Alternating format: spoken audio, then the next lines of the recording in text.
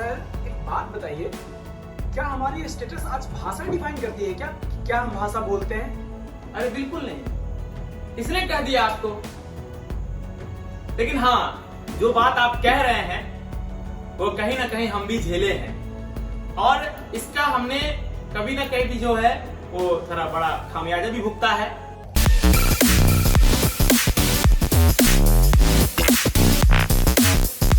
भाषा, लैंग्वेज, जिसको हम लोग इंग्लिश में लैंग्वेज कहते हैं और हिंदी में उसका नाम है भाषा। ठीक है, जो आज के समय में हमारे देश का, हमारे भारत देश का, हमारे इंडिया का, हमारे हिंदुस्तान का कहीं ना कहीं एक प्रॉब्लम बनते जा रहा है। आज लोग भाषा से आपकी स्टेटस पता कर लेते हैं। अगर आप इंग्लिश बोल रहे हैं तो आप बहुत बड़े बाबू साहब हैं।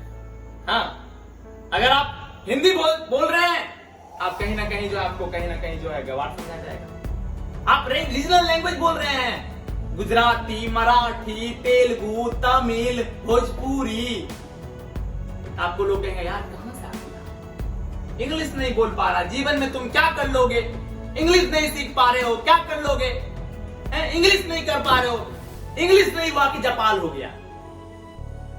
इतना तो जितना हमने इंग्लिश से मेरे को पाला पड़ा है, जितना इंग्लिश ने हमें जीवन में दुख दिया है, उतना तो हमारा पड़ोसी भी नहीं देता है। सच बोल रहे दोस्तों, ठीक है?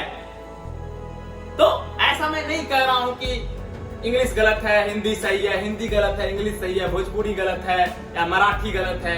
मैं ये नहीं कह रहा हूं। मैं आज आपको बताना चाह रहा हूं इस वीडियो के माध्यम से, भाई साहब के क्वेश्चन के माध्यम से, कि आज के समय का एक स्टेटस, अगर आप बिहार में रह रहे हैं, अगर आप उत्तर प्रदेश में रह रहे हैं, अगर आप किसी गांव से रह रहे हैं, तो वो अगर शहर जाता है, मेट्रो सिटी जाता है, डेवलप्ड सिटी जाते हैं हम लोग, तो कहीं ना कहीं इन चीजों का हमें सामना करना पड़ता है।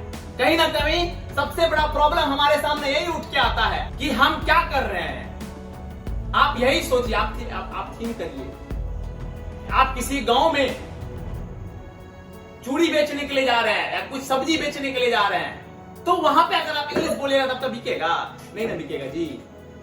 तो हमारा बस एक ही चीज मानना है कि जहां जिस भाषा का उपयोग हो, जहां आपके भाषा समझने वाले लोग हैं, आपको वहां उस तरह से बोलना चाहिए। ऐसा नहीं कि भाई ठीक है, हम गांव से पढ़, हम स्कूल से पढ़ के आए हैं, हम कॉलेज से पढ़ के आए हैं, अपने गांव में अपने पापा के सामने यार इंग्लिश बोले जा रहे हैं, इंग्लिश बोले जा रहे हैं।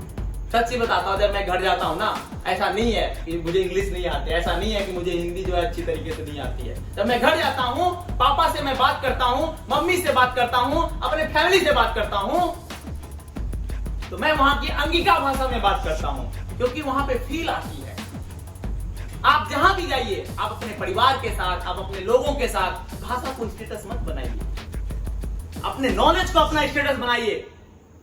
आप जो भाषा बोल रहे हैं, क्या बोल रहे हैं, कड़वा बोल रहे हैं, मीठा बोल रहे हैं, गाली दे रहे हैं, किसी का बड़ाई कर रहे हैं, किसी को मतलब आगे ले जाने की कोशिश कर रहे हैं, इस पे डिपेंड करता है। और मैं इसका तो पूरी तरह से है विरोध, इंग्लिश का तो मैं पूरा तरह से विरोध करता हूं। मैं एक बात बताता हूं, एक कहानी बताता हूं, सुनिएगा। ये हमारे साथ असली इंसिडेंट हुआ है, ठीक है? एक बार मैं गया था, एक्चुअली हमारा इंटरनेशनल में हमारा कुछ मीट था, एक देश था, नाम नहीं लेना चाहेंगे हम, और नाम लेना चाहिए क्योंकि उस देश ने मुझे बहुत कुछ सिखाया। उस देश ने हमें यह बताया कि जब तक तुम अपना सम्मान नहीं करोगे, तब तक दुनिया वाले तुम्हारा सम्मान नहीं करेंगे। जब तक तुम अपने लोगों का सम्मान नहीं करोगे, तब तक दुनिया वाला तुम्हारा सम्मान नहीं करेंगे। जब तक तुम अपने भाषा का सम्मान नहीं करोगे, तब तक लोग तुम्हारा सम्मान नहीं करेंगे।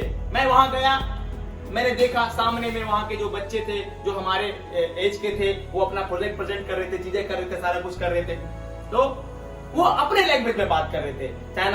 चाइनीज में बात करता है, जाके देखिए कभी, बोलेगा इंग्लिश बोलते हैं, फिर भी वो समझेगा, जरूर समझेगा, वो ऐसा नहीं है कि नहीं समझेगा, लेकिन आंसर वो अपना चाइनीज लैंग्वेज में देगा। आज हमारे को रिसर्च पेपर लिखने में दिक्कत होती है, चाइना के रिसर्च पेपर को पढ़ने में दिक्कत होती है, जापानीज में, यहां तक कि अमेरिका अपना लैंग्वेज लेके चले आया।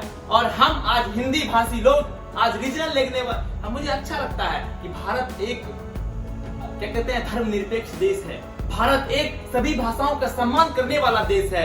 लेकिन भारत, हम और आप, भारत कौन है? Who is India? भारत कौन है, कभी सोचे हैं?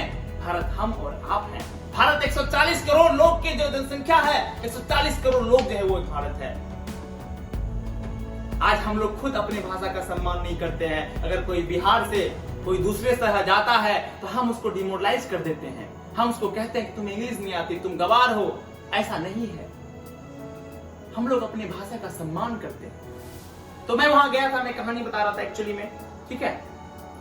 तो वहां उस लैंग्वेज में बात कर रही थी, वहां के जो लोग थे उस लैंग्वेज में बात कर रहे थे, जो हमें बिल्कुल समझ नहीं आ रही थी। हमें जो है बिल्कुल समझ में नहीं आ रही थी वो क्या बोल रहे हैं, क्या चीजें कर रहे हैं, और हम बोल रहे थे इंग्लिश में धराधर धराधर। मैं भी हिंदी बोलता था तो उनको बिल्कुल समझ नहीं आता था, सच्ची बता रहा हूं। तो उसी दिन हमने डिसाइड कर लिया, उसी दिन हमने अपने आप से कहा कि आगे मैं किसी भी दूसरे देश के जब सफर पे जाऊंगा तो मैं वहां पे अपनी भाषा का इस्तेमाल करूंगा, क्योंकि जिसमें मैं अपनी भावनाओं को समझा सकता हूं, जिस भाषा में मैं अपनी चीजों को लोगों के सामने रख सकता हूं, हमें वो भाषा बात करनी चाहिए, हमें उस लैंग्वेज में बात करनी चाहिए।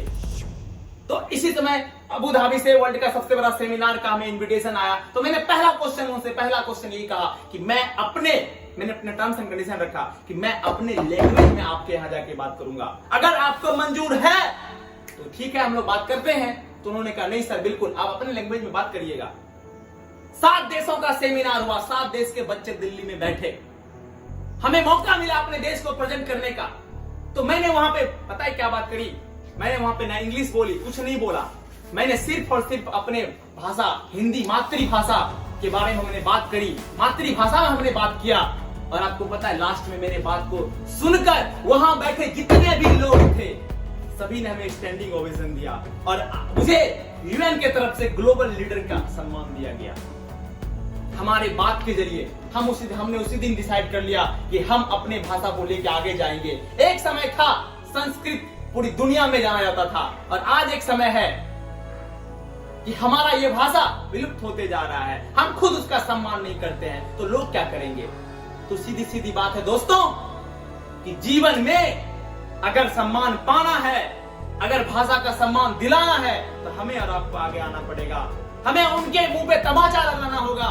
तमाचा सही में मत डर दीजिएगा। अगर वो सामने वाला इंग्लिश बात कर रहा है तो आप अपने भाषा में बात करिए। अगर वो सामने वाला अपने क्षेत्रीय लैंग्वेज में बात कर रहा है तो आप भी अपने क्षेत्रीय लैंग्वेज में बात करिए। आप भी अपने जो आपको बचपन से सीखा है। अरे भाई साहब, जिस भाषा को सीखकर अपने माँ और पापा का नाम लिया था सबसे पहले, उस भाषा से बड़ा कोई नहीं हो सकता है। वो स्टेटस आपका डिसाइड नहीं कर सकता है। नौकरी के लिए ठीक है, नौकरी के लिए विदेशी कंपनी भरी पड़ी है, तो अपन की मजबूरी है, हमारी मजबूरी है, आपकी मजबूरी है कि हमें बोलना पड़ता है। लेकिन ऑफिस के बाहर वहां हमारी मजबूरी आपकी मजबूरी नहीं है।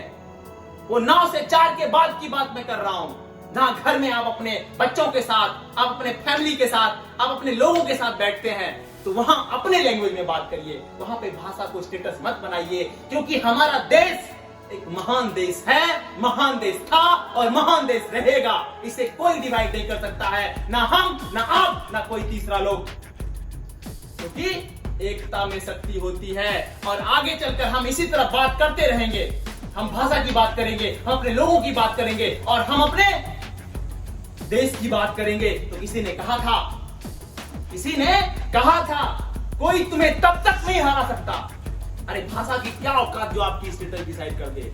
अरे वो उस लैंग्वेज की क्या औकात जो आपको ये बता दे कि तुम गलत हो, तुम गवार हो। किसी भाषा की क्या औकात तब तक तुम्हें नहीं हरा सकता है। कोई भी भाषा तुम्हें तब तक नहीं हरा सकता है जब तक तुम खुद से हार नहीं मान लेते हो। जब तक तुम खुद नहीं डिसाइड कर लोगे यार मुझे इंग्लिश नहीं आती है, तब तक तुम खुद नहीं डिसाइड कर लोगे कि भाई मैं हिंदी बोलता हूं तो मुझे प्रॉब्लम होती है, मुझे लोग गवार समझने दो। मैं आज बोल रहा हूं, मैं आप लोगों के वीडियो के माध्यम से बोल रहा हूं कि मैं बोलूंगा तो हिंदी में बोलूंगा। अगर आपको सुनना है तो सुनिए। अंत में मैं एक ही बात कहूंगा, जय हिंद, जय भारत, धन्यवाद।